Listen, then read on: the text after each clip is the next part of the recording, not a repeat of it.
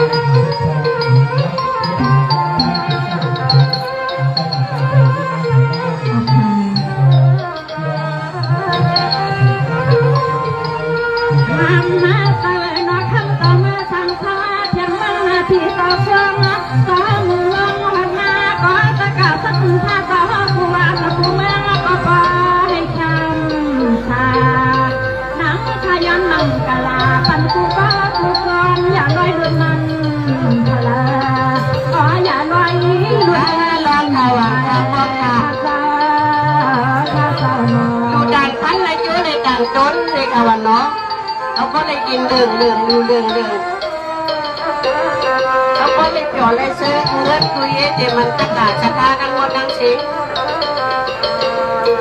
ออกค่ะในพี่น้องเอาเขานังเยอะค่ะก็จะเลยเป็นตอนหน้าคู่สู่ซ้อมกันนั้นอันใจโดยใจลองไอ้เราค่ะพี่น้องก็เลยซ้อมกันหน้ากันครั้งเต็มเมทาใน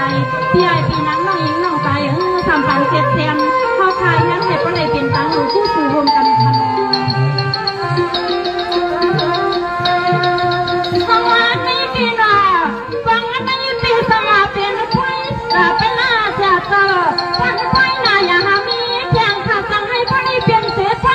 สะพานไว้คำสั่งคำร้องถ้าสุดวางอยู่วันละเขา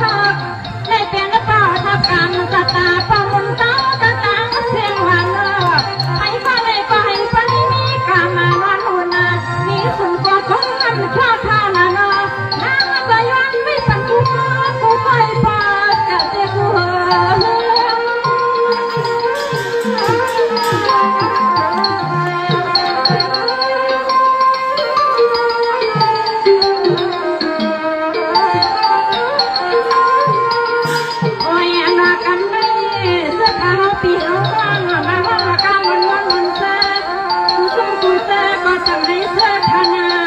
เฮาทานเอกก็ย้อนข้างอาเย่เนี่ยเขาก็ไปจัดไปเกี่ยงเด็กก็เสียปีนังกะดังเสียงสะพานเมียงปันตั้งขาดังบุกดังพอทางเมียงปันเขาเพียงดังบุกดังพอ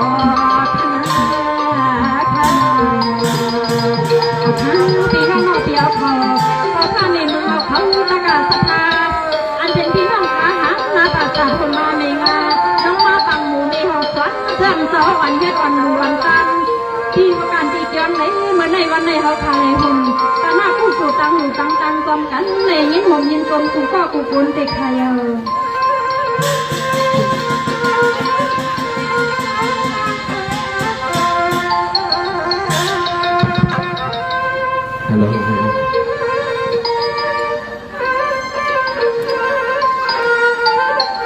มาชงใส่กำช้าเลยอันตีไรมาดูมาการเต็มยิงเต็มใจเนี่ยกำแน่ขาวขอตีเหตุการณ์หมักควายปันเหตุการณ์ว่างออกมังกลาปันเธอก็ได้อยู่ดีกินวันกัดเย็นเชื้อชากูก็กูคนกูยิงกูใจเนี่ยฉันก็เอาหูคำไปผ่อนใส่กำช้ามาชงข้าว่าที่ข้านอที่ข้าข้าเตนาโมกาฟังผ่าฟังอยู่กลางเกาเวียอ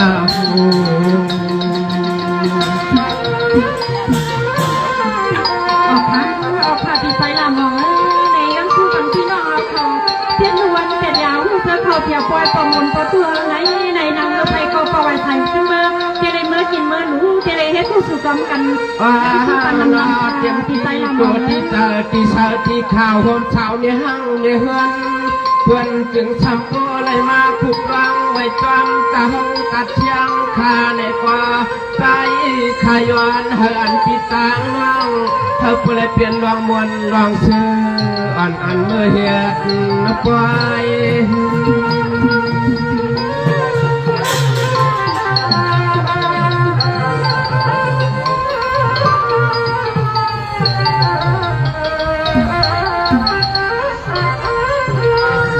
สังวาดีขานอเฮอันเปลี่ยนเปลี่ยนสีลวงมวนลองเปียกย้อนา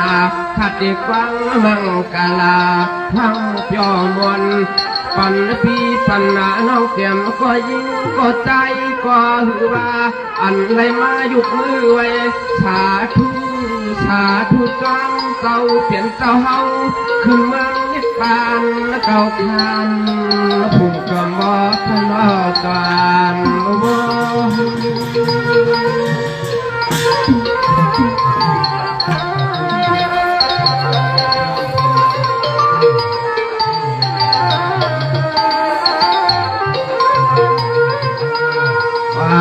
ขาลุก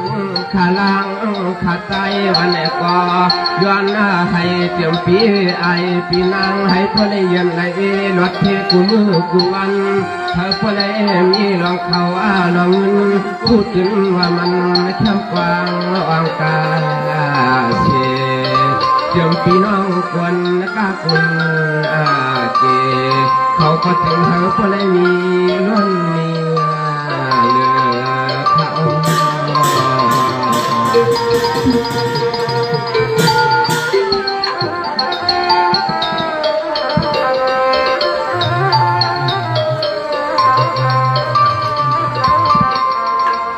สังวานี่แน่ปีน้องเขาข้าก็ย้อนสู้ปันนำข้าก็ย้อนสู้ปันนำควรลงโปรดเตรียมควรนำเก็บกำตังไว้กลางลำข้าก็มีสวบมีกามย้อนสู้เธออันปีตางน้องเขาซ้ำเปลี่ยนเหมือนฟังมูเพื่อนก็อุดไปยอดเทียเหี่ยวเอาขามาชูขาพอเลี้ยงเอาขามาชูขา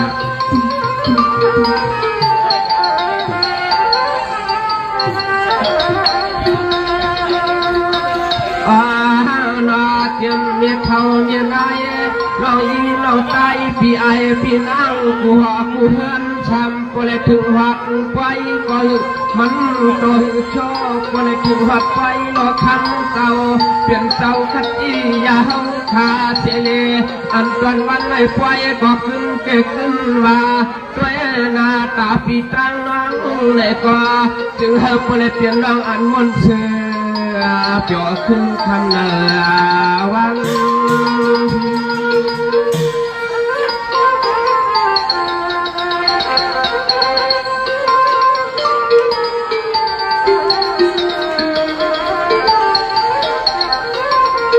สังว่าเมื่อนางลาละวังคาลุกคาลังหักชูเจ้าแลก็เตียนชูผักมักอาเมียงเฮินเทกชาวาเฮินมีเสกามังกาลาหุ่นอาควยไข่เดือดวันก็อังอาไม่ให้เลยหวม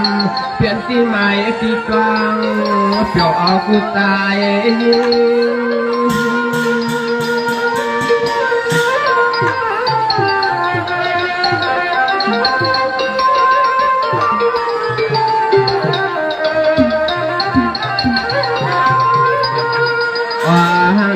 ตอนวันนาในจึงสามพลนี้พอเลี้ยงชัดอาเทก็เปลี่ยนปีหอ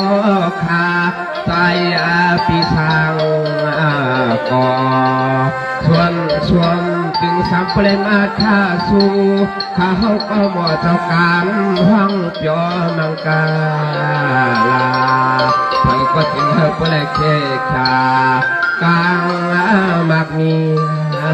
หลือเขา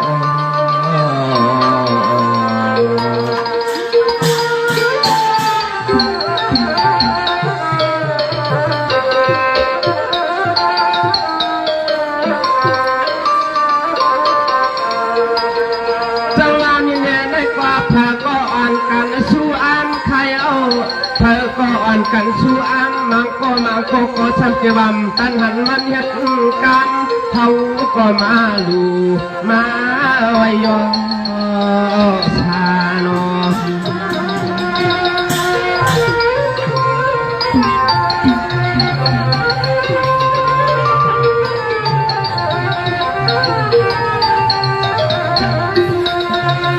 ตัวอยาลูใจขาตาเอาเล็กครั้งควรแนะนำเป็นนำมาถึงฉันเปลี่ยนเตรียมตีนั้นปืนจังก็น่าปืนหวังข้ามลินเมืองเขาลินนาเมือง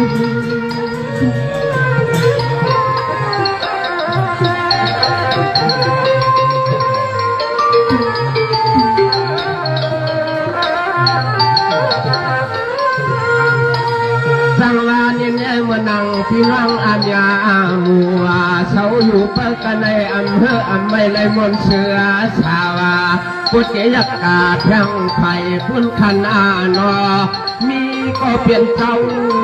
อันเชียงตาเปียเท้าขาหล่อลูกน้องกับเปียวเสเลปวดตาขาดใจยักหันมาในกอมีพากันวันเรื่องเพียงมือในเรื่องเพื่ออกค่ะมาดูค่ะออกค่ะออกค่ะมาดูค่ะ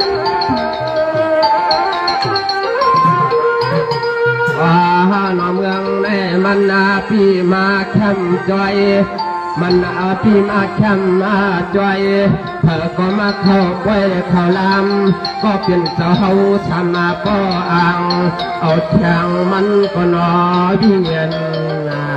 อ่อนเมื่อคือเมืองพี่เมื่อคือเมืองพี่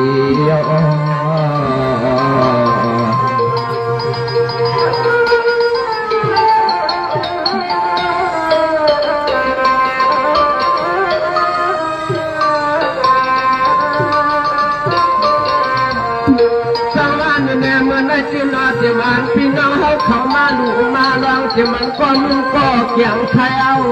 ที่มันก็มึงก็หึงต่างเขาพักมาลองมาตั้งก่อนมาเห็นสองยันปังตั้งอาจังฟังหน้าวันใจเขาก็ สุอามังกาลา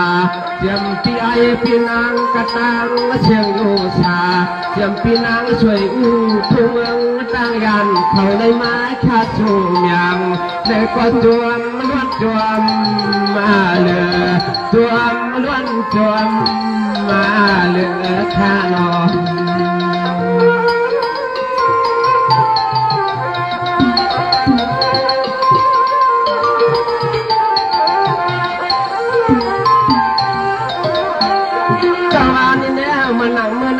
ปีนางลูกเขาเต้าในกอมาเย้าใจเข้าจำมังกลาปันหาโปเลยเจกัดกูมันนาพาเจียมก็ยิงก็ใจเจ้าคิงเจ้านายกะตังเสียงเจียมปีเจียมน้องรอกูหัวกูเฮินผู้ร้องให้ฐานในเพื่อก็ย้อนเธอก็เลยมากในมีเรื่องเสียกรรมคณะเสียจัง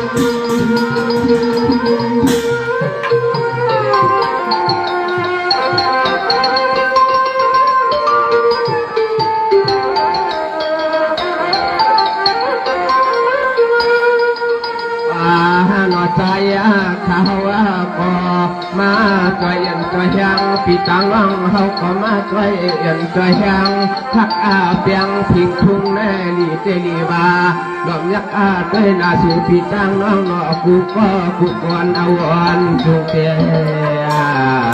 ยาวันนาก็มานำหลอมยักด้วยก็เลยเมื่อแล้วก็กวนก็มานำใคร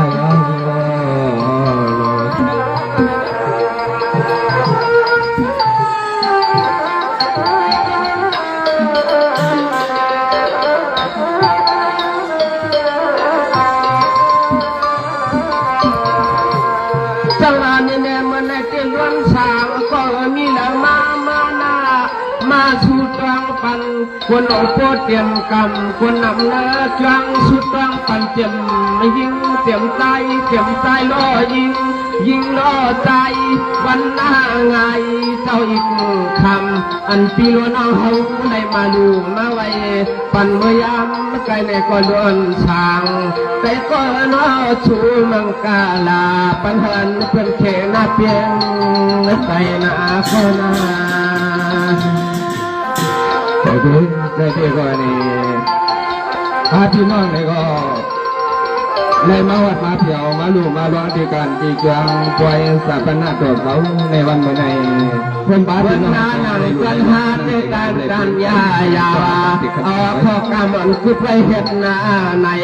เปลี่ยนเสื้อเหือก็ไตก็ขึ้นบอกนี่ฮะสาว